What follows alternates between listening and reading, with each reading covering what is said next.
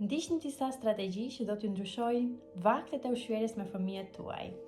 E para, shërbeni pak sasi ushqimi në pjatë, mbani një pjatë tjetër dhe ofrojani një nga një. E dyta, në rast se fëmijët nuk gacmojnë asnjë gjë nga pjata, u kërkoni atyre të paktën të marrin diçka nga ato që ata preferojnë nga ajo pjatë, vetëm diçka.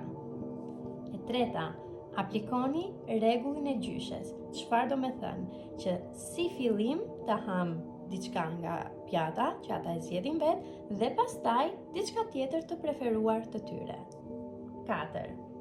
Ulni çdo ushqim përpara fëmijës në tavolinë që ai të mund ta shohë, që ju mos ju duhet të ngriheni nga tavolina për të vajtur për të marrë ushqimet, sepse kjo shërben dhe si një shembull për fëmijën. E pesta, përpiquni të ofroni ushqime sa më të thjeshta përpara tyre, sepse kjo u jep një lehtësi atyre në përtypje dhe në ngrënien e tyre. Kryesisht preferohet finger food.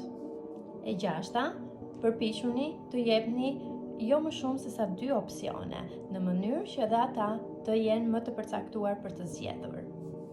7.